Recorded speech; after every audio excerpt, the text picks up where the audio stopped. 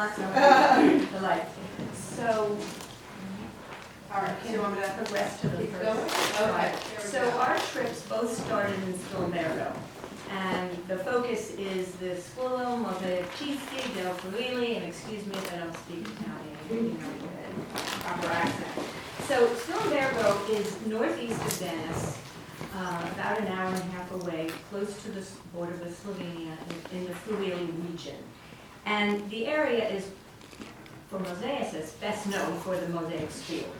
And the school is almost 100 years old. It was founded in 1921 or 22.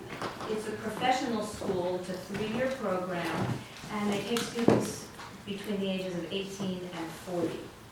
And you can show the next slide. So just for interest's sake. So this is a QR code which was made by the school, which actually works. If you scan this code, you can find out information about the school and its history.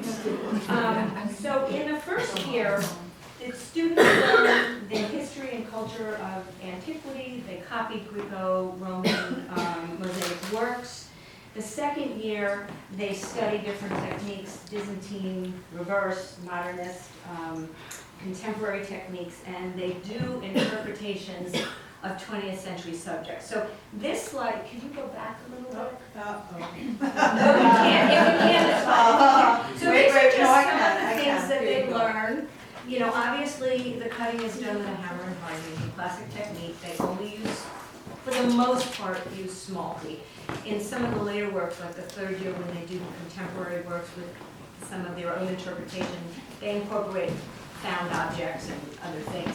What I wanted to point out in this, one of the first 3 slides where you saw the floor with an inset of smalty, the students actually learn to make terrazzo floors, and they get stones from the riverbed nearby. So just very interesting.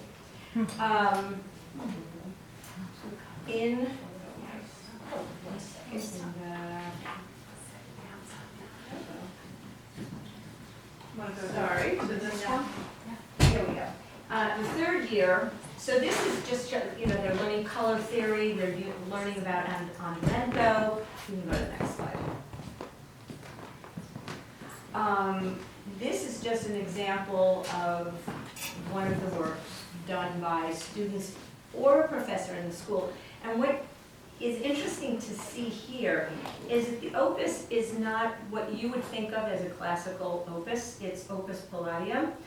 And there's a good deal of color theory here because, you know, they're little shards or little pieces of smalty complementary colors that make whatever color field they're working in really pop. And, you know, they're learning that too.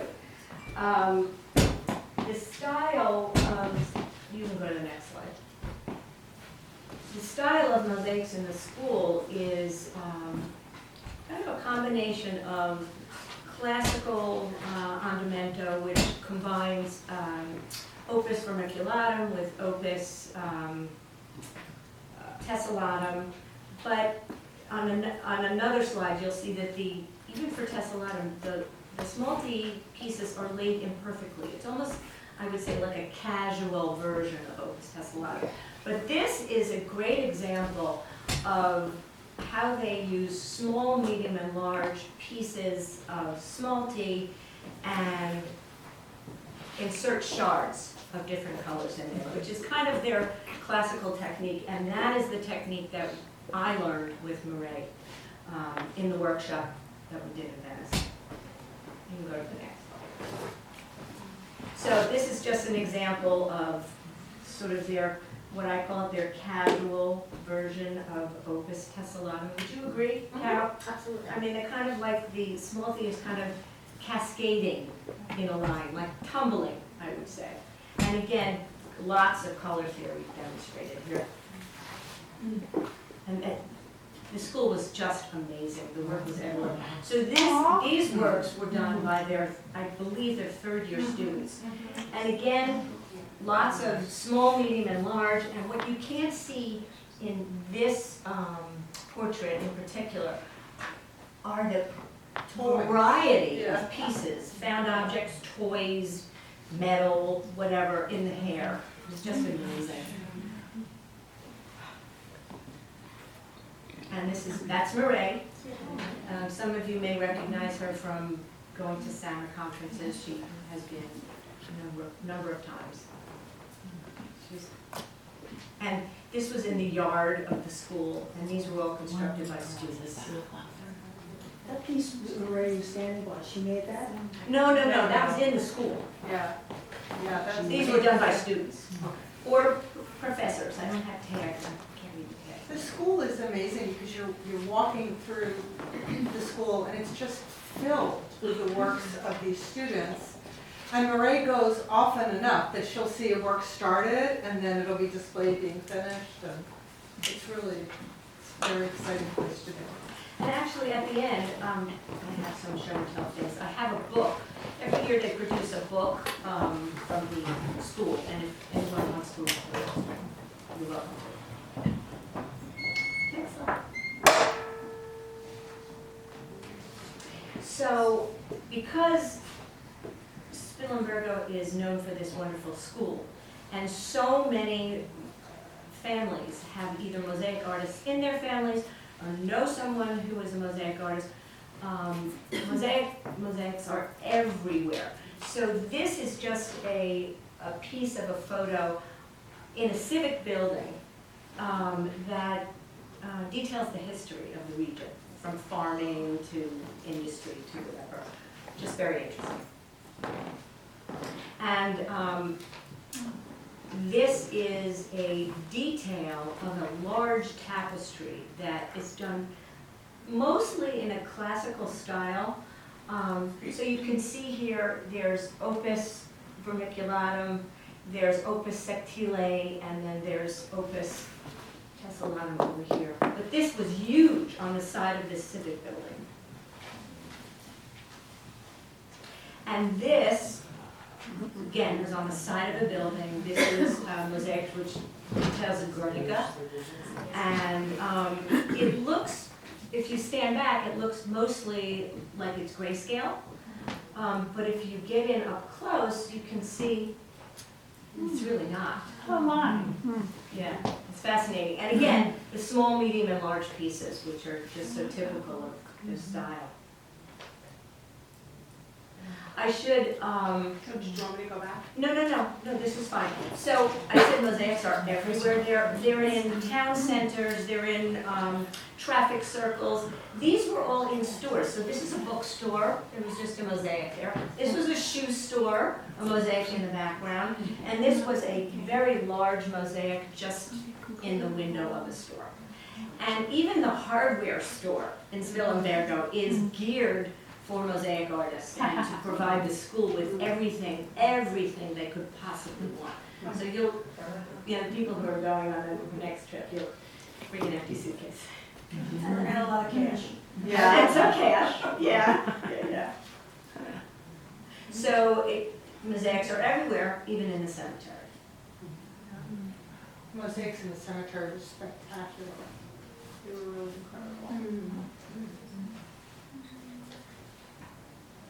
And this is Donna Fabrica Mosaici, however you say it. So you guys many of you have purchased smalti from this fabricator through Di Mosaica.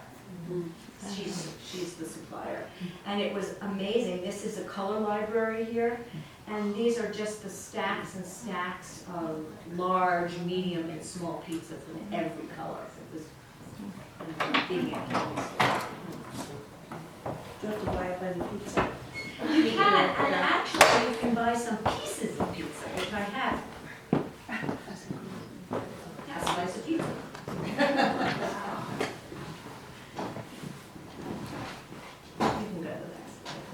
Next slide, Julio. next. So I'm gonna just sit. Is that okay? Everybody can hear me? Yeah. Okay. So after we got done going to the school and looking at hundreds of magnificent mosaics and going to museums. Then we got to actually meet some of the more prominent mosaic artists. So this is Julio Menosi, and he is a current, very modern working mosaic artist. Here's one of his work. Now, I want to I'm going to go back to that for a second, but he's very classically trained. So you saw the cemetery, right? So you would go to somebody like Menosi, who's classically trained, and he was working on this while we were there. It was huge. It was the size of this whole thing. It was a whole body of Christ. And, you know, his comment was, I do this so that I can do this. Right? So that he makes his living doing the one so that he can do this. And so I'll read you this quote that I wrote down from him. I filmed everybody. Mosaics are not merely copies anymore, but spaces where the artist feels free to improvise, where emotion is transformed into color and again into emotion. The living thing becomes one with the person who experiences it, and discovery awaits every time. The constructs are no longer made only by tessera, but are created with smalty, marbles, millefiori, ceramics, and other kinds of materials the artist could think apt to transfer his poetic message. So these are these enormous pieces that he makes. Go ahead. Is that What's the base of those shapes? I mean, is it wood underneath the mosaic? You know, that's a great question. I think that he builds it as one piece. So these are all pieces of like maybe weedy board or wood, and he cuts them and kind of adheres them and builds onto them. And this one goes against the wall, but he has ones that are standing up. They're all big. They're really big. So does he have does he do it all himself, or does he have a studio with assistants? You know, I don't know. When we were there, he was working by himself. My guess is that he probably gets some help because he has so much work in there. But I don't actually know. Here's another piece of his work. So you can just see how much fun he's having, right? I mean, and then you said. And I just wanted to add one thing. Yeah. So Suzanne read his quote, and it's about so much emotion. Well, in every piece of his work, he inserts a little heart somewhere. Yeah. In addition to toys and random buttons. And again, you guys will get to meet him, and you're going to go to dinner with him. Yeah. Well, we got to go to dinner, so I would push for the dinner. And you'll get to ask him if he has assistants and what the process is. You know, nobody speaks English, but Marie speaks pretty good Italian. And Where is she from? She's Belgian. Yeah. So there's an opportunity to ask questions and hear, and that's where I got my quote. So yeah. And then we went on to Ravenna, and I just added this little thing here. This was a plaque. This is a plaque that's probably about it's actually a little bit bigger than the phone, like the same, right, but a little bit bigger. And all the mosaic artists in the city made these commemorative plaques to say Ravenna is a city that is friendly and loving of women. So it was actually, these were plaques that went to, it's like a Women Against Violence kind of initiative. And so this plaque was done by Felice Nicolo, and you'll see just a moment about his work. We went to visit him, and there he is. And so again, this is Ravenna now. You know, I only mention that because they see themselves as like entirely different and at odds with the Spilimbergo school. And in this very Italian way, you know, there's no, if you're with one or the other. Was there a question? You're just stretching? Yeah. So you're with one or the other, right? So if you're with us, you're against us. So somehow we got in. So to talk to some of these guys, and that was really lucky because that's been a struggle for Murray actually to get in with these guys. They're very secretive in Ravenna, but they see themselves as doing things very differently, which Honestly, I didn't really see, but.